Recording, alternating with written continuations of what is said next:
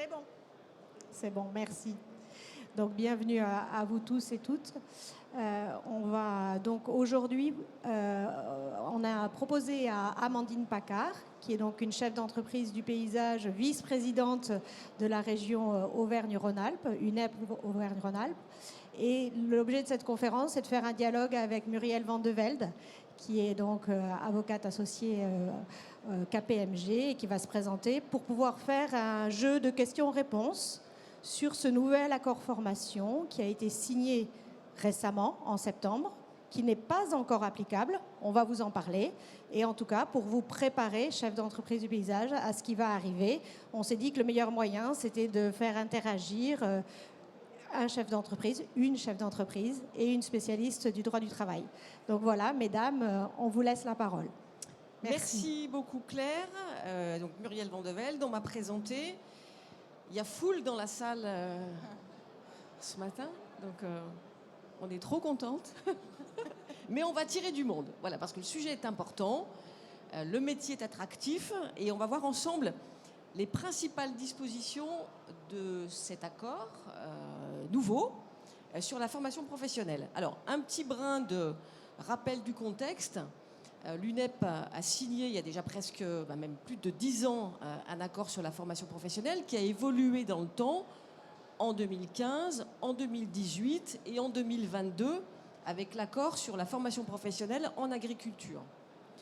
Et puis le paysage a réfléchi à son propre accord et en 2021, les négociations ont démarré et en 2023, donc après plus d'une année de négociations, un accord a été signé le 20 septembre 2023 par 4 OS, organisations syndicales représentatives sur 5.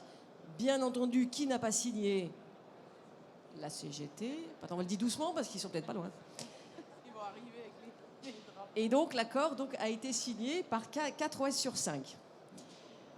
Donc maintenant que l'accord est signé, est-il applicable tout de suite dans nos entreprises? Alors, l'accord doit faire l'objet d'un arrêté d'extension. On connaît le principe, comme les accords de salaire ou comme la convention collective, comme les avenants à la convention collective. Donc, l'accord n'est pas encore étendu. En principe, Claire, je pars sous votre contrôle, ça devrait être le cas peut-être en mars, février, mars, avril. Voilà, au printemps 2024. Donc, pour l'instant, il est signé, il n'est pas applicable parce qu'on doit attendre l'arrêté d'extension.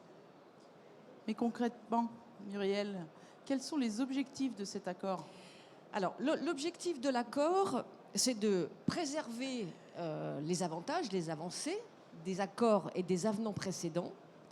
C'est d'améliorer effectivement les dispositifs existants. Et surtout, quand on lit l'accord, alors c'est un accord qui fait 55 pages. Quand on le dit comme ça, on a l'impression qu'on va y passer mais des nuits entières. Et en réalité, je dirais qu'il y a deux choses, il y a deux éléments qui m'ont vraiment frappé quand je l'ai lu vraiment dans le détail. C'est la lisibilité et la simplicité de l'écriture. Et ça, c'est bien, parce qu'on cherche quelque chose, on a un sommaire très précis, on a l'article, on a la page, et on trouve ce qu'on veut. Ça, c'est important. Et le deuxième point, c'est le caractère attractif finalement du contenu, on va le voir ensemble en quelques points, pour effectivement le métier, pour les jeunes et pour que la profession effectivement puisse gagner en attractivité, en recrutement, en embauche et en pérennisation. Mais Muriel, quelles sont les principales évolutions de cet accord? Moi, j'ai cru comprendre que la périodicité des entretiens professionnels vont changer. Dans mon entreprise, j'ai une petite entreprise d'une dizaine de salariés. Actuellement, je fais des entretiens individuels une fois par an. J'inclus l'entretien professionnel dans mon entretien individuel, car je suis perdue avec tous ces entretiens. Et comment faut-il faire maintenant? Quelles sont les évolutions? Alors, c'est une bonne question, Amandine. En matière d'entretien, en fait, vous savez qu'il existe plusieurs dispositifs. On a l'entretien individuel d'évaluation, qui en général est annuel, qui n'est pas obligatoire. Donc c'est le moment de discuter des compétences du salarié, de ses qualités professionnelles et souvent rémunération. Alors vous le faites sûrement dans vos entreprises, et Amandine, toi tu le fais dans ton entreprise. On a ce premier entretien. Ce qui nous occupe ici, c'est l'entretien professionnel. Donc entretien dit de formation, donc de suivi en fait de l'évolution du salarié et des salariés en termes de formation. L'entretien professionnel a été mis en place par une loi en 2014 déjà. Presque 10 ans. L'année prochaine, ça fera 10 ans que cette loi effectivement est en vigueur. Et vous savez qu'on a des entretiens professionnels tous les 2 ans à mettre en place depuis 2014 et un bilan tous les 6 ans où on doit examiner effectivement si le salarié a bénéficié de formations autres que formation dans l'entreprise, d'une augmentation de rémunération ou d'une promotion professionnelle. La loi prévoit la possibilité de déroger, c'est important, de déroger à la périodicité des entretiens professionnels, des 2 ans. Et l'accord, pour gagner en souplesse pour vos entreprises, au lieu et place d'un entretien tous les 2 ans, alors c'est un peu différent, je vous regarde parce qu'on l'a mis en place effectivement dans l'entreprise, l'accord de branche prévoit de déroger à la périodicité tous les 2 ans pour l'allonger à 3 ans. Donc, entretien professionnel tous les 3 ans et au bout de 6 ans, un bilan effectivement de l'entretien effectivement des 3 dernières années. Donc, plus de souplesse. Alors maintenant, on veut garder la périodicité de 2 ans, pas de souci. Amandine, toi tu le fais toutes les années. J'essaye de faire un parcours de formation avec un plan de formation. Voilà. Comme ça, donc, ça permet de les faire évoluer rapidement. C'est plus favorable finalement que l'accord de branche, quand il sera étendu, c'est plus favorable que l'accord de branche. Il faut faire attention à une chose, et la jurisprudence est claire là-dessus, si on fait l'entretien professionnel immédiatement après l'entretien individuel, il faut qu'on ait des documents distincts. Oui, mais après j'ai quand même un support, voilà, mais je le mets à la suite. Voilà. Mais il faut bien distinguer l'un et l'autre. Voilà. D'accord. Merci. Et qu'en est-il des alternants? Leur rémunération va-t-elle beaucoup changer? Alors pour les alternants, il est prévu effectivement des dispositifs particuliers. Vous savez que en application de l'accord, de l'avenant numéro 8 à l'accord interprofessionnel de l'agriculture, on a déjà une augmentation de la rémunération des salariés, effectivement, des apprentis et des contrats de pro. On a effectivement des dispositions effectivement particulières qui vont s'appliquer à partir de l'extension. Alors, vous avez sous les yeux effectivement un tableau très bien fait, récapitulatif sur, en fonction de l'âge du jeune, première année, deuxième année, troisième année, ce que prévoit l'accord agricole de 2022, ce que prévoit l'accord de branche en paysage, et on voit par exemple sur la deuxième année du jeune apprenti entre 18 et 20, l'accord en agriculture donc de 2022 est à 57% de la rémunération, et cette rémunération va passer à 60%. Et à partir du 1er janvier 2024 ou plus tard? Alors plus tard, parce qu'on attend effectivement l'arrêté d'extension. Donc si l'arrêté intervient en février ou mars, ce sera à partir de cette date où il faudra effectivement faire attention à l'augmentation de la rémunération du jeune en fonction de l'âge. Et on voit effectivement, troisième année, 67 passe à 70, et deuxième année, 21-25, de 61 à 63.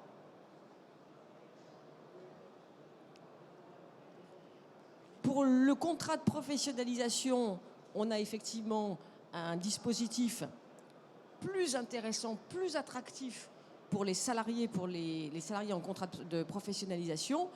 On le voit, moins de 21 ans, 55% accord 2022, 60%, 70, 75%.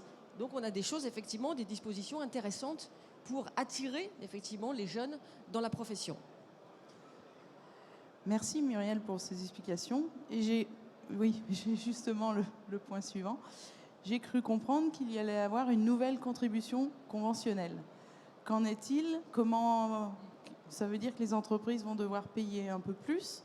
À partir de quand c'est applicable? Et comment cela va être géré? Qui va le collecter?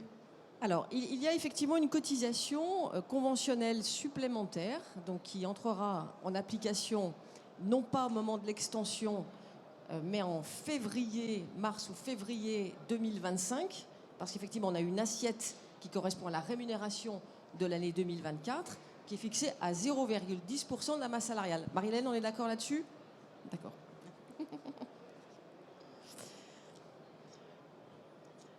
Alors cette contribution, en fait, ce qu'il faut bien intégrer, c'est elle est dédiée, Claire, on est d'accord? Au paysage. Au paysage. Voilà, l'enveloppe est dédiée aux entreprises du paysage pour permettre notamment aux entreprises de plus de 50 salariés de bénéficier de financements complémentaires. Une section professionnelle paysage qui va définir les axes prioritaires en fonction des besoins de l'entreprise. Une commission financière créée qui va gérer les fonds en toute autonomie et qui va concerner exclusivement la branche du paysage. Ce qui n'existait pas. Voilà, ce qui n'existait pas.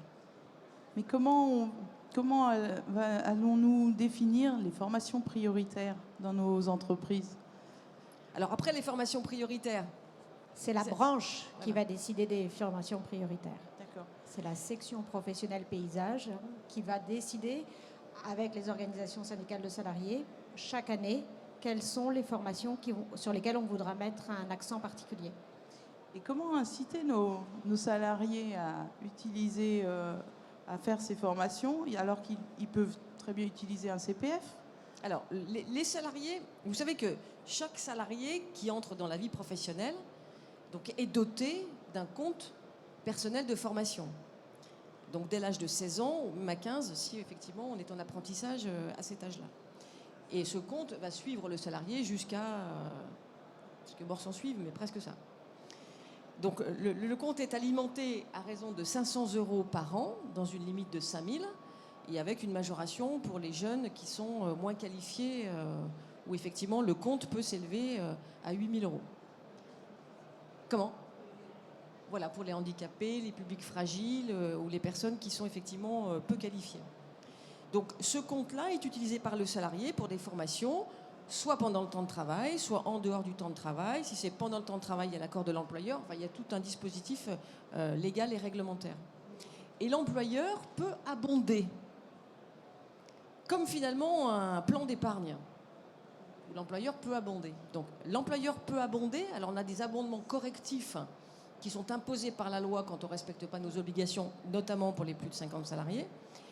Et la loi nous dit qu'un accord collectif ou un accord de branche peut prévoir un dispositif d'abondement de l'employeur pour des formations en particulier.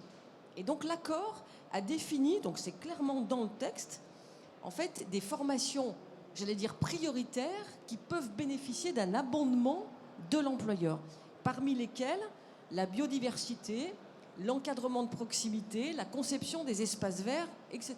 Donc si on est ciblé dans ces formations, on peut, avec les enveloppes, Claire, on est d'accord, les enveloppes effectivement budgétaires, permettre à l'entreprise d'abonder et le salarié de bénéficier d'une formation qui correspond effectivement à ce qui a été défini par l'accord de branche. Merci Muriel. Et concrètement, au niveau de l'UNEP, comment les adhérents seront-ils accompagnés pour mettre en place ce dispositif? Alors, on l'a dit effectivement tout à l'heure, entrée en vigueur printemps 2024. Alors, l'UNEP va créer des outils pédagogiques, alors des fiches probablement. On va rappeler la VAE, on va rappeler le CPF, on va rappeler l'abondement, pour que ce soit simple, comme finalement l'écriture de l'accord, qui reste, même s'il est long, il est extrêmement simple et très synthétique. Donc un guide méthodologique, donc la mise à jour de la base documentaire, voilà, des outils pour permettre effectivement à vos entreprises d'avoir une meilleure lecture, même si vous l'avez déjà, de l'accord effectivement à intervenir.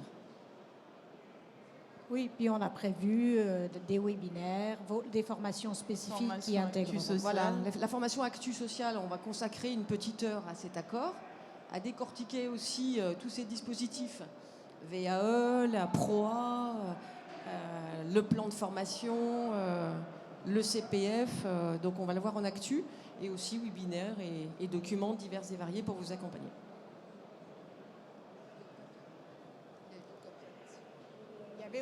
Et bien sûr, le SVP social, qui est à votre disposition tous les jours. Oui, je pense que c'est important de préciser qu'il n'y a pas que l'UNEP qui va intervenir, mais il y a aussi Ocapiat qui va écrire à tous les entreprises qui sont auprès d'Ocapiat pour aller expliquer comment ça va se passer. Parce que comme c'est Ocapiat qui va recouvrer la contribution conventionnelle, ils vont expliquer aux entreprises à quoi elle va servir et quand elle va être recouvrée. Merci Marie-Hélène. Il y avait une question, je crois. Vous vouliez poser une question? Donc c'était qui allait collecter la contribution et vous avez eu la réponse, c'est Ocapiat. Merci. Est-ce que vous avez des questions ou des observations? Oui, Myriam? J'ai pas bien compris comment ça allait se passer chaque année. La branche va décider de formation prioritaire, c'est ça? Et on sera donc informé en début d'année de ce qui va se faire? Alors, Je vais laisser la parole à Marie-Hélène Joannet, qui est vice-présidente de l'UNEP et en charge de la section professionnelle paysage. Oui. En fait, donc, au niveau de la branche, il existe une section professionnelle qui est paritaire. Et donc, c'est cette section professionnelle qui aura le rôle de définir les orientations et de définir ce à quoi va être consacrées ces sommes. Donc effectivement, on a vu que ça pouvait être de l'abondement, mais ça peut être aussi du financement de formation, de la prise en charge de formation pour les plus de 50. Donc ça va être décidé. Et comme on a bénéficié d'une année entière, parce que toute l'année 2024, on va se réunir, mais on pourra justement prévoir pour l'année 2025 en 2024 ce qui va être décidé. Après, on peut décider aussi qu'il y a des actions qui vont être pluriannuelles, parce qu'on va pas... Effectivement, quand on lance une prise en charge ou quand on veut mettre l'accent sur certaines formations, c'est pas en 6 mois, en 1 an. Donc on va certainement décider, mais je ne peux pas abréger de ce qui sera vu, peut-être des actions qui seront pluriannuelles, d'autres qui seront annuelles. Et l'idée, c'est qu'effectivement, on ne fasse pas ce qui est déjà fait par Ocapiat, mais qu'on s'inscrive en complément de ce qui est fait par Ocapiat, bien évidemment, et pour l'autre branche spécifiquement.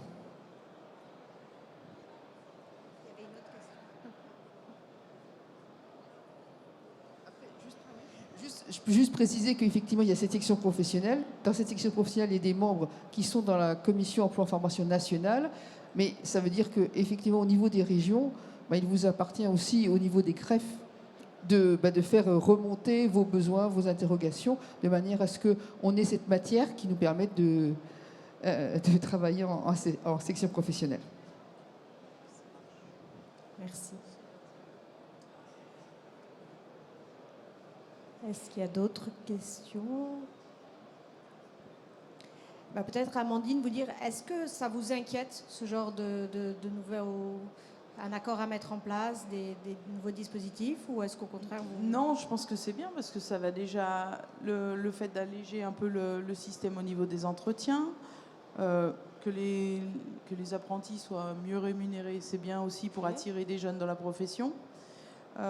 Après, la contribution, c'est pour faire de la formation, ça va être reversé ensuite pour nos entreprises. Donc, moi, je suis totalement pour faire des formations dans les entreprises. J'interviens également dans des centres de formation sur des modules professionnels et c'est bien d'attirer les jeunes dans nos métiers. Si on peut répondre clairement par rapport aux apprentis et aux contrats de professionnalisation, il y a eu une discussion avec les partenaires sociaux et c'était vraiment la volonté d'attirer les jeunes dans le paysage. Il y a d'autres branches qui peuvent aussi attirer ces mêmes jeunes. Donc c'est de dire que voilà, on fait un effort sur la rémunération des apprentis et des contrats de professionnalisation pour leur donner envie de venir et de rester évidemment ensuite. On a rencontré pas mal de problèmes où les centres de formation sont pleins et on se demande que deviennent-ils après. On n'arrivait pas, le constat a été fait depuis plusieurs années qu'on ne gardait pas nos apprentis dans nos entreprises. Ils allaient souvent vers le BTP et le fait de réévaluer notre grille des salaires également aussi, la grille conventionnelle est quand même plus attirant et plus attractif. Donc, je pense que le contrat est quand même en train de réussir. C'était l'objectif. Donc l'essentiel ensuite, c'est de communiquer sur le contenu de cet accord. À la fois pour les adhérents de l'UNEP, si certains sont là, et puis, comme disait Marie-Hélène, Ocapiat. Oui, exactement. bien faire connaître et savoir ce que ça impose comme droit et comme obligation.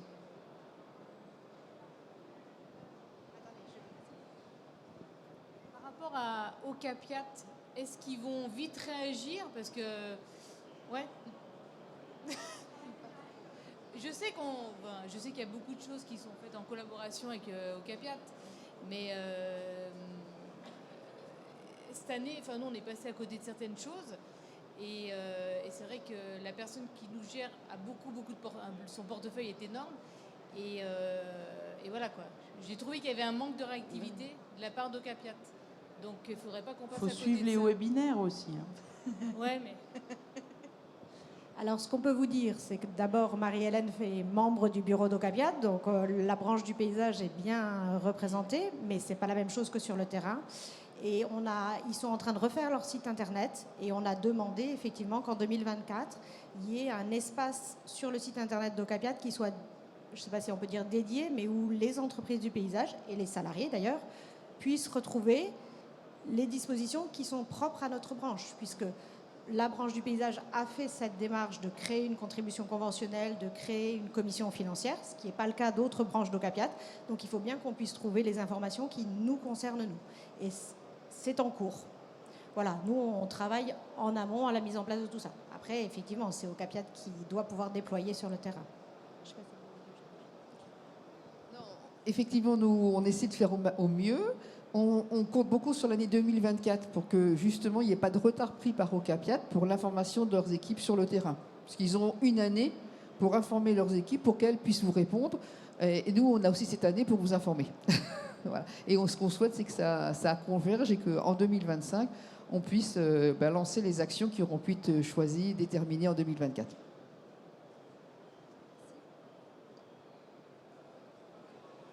Est-ce qu'il y a d'autres questions ? Non ?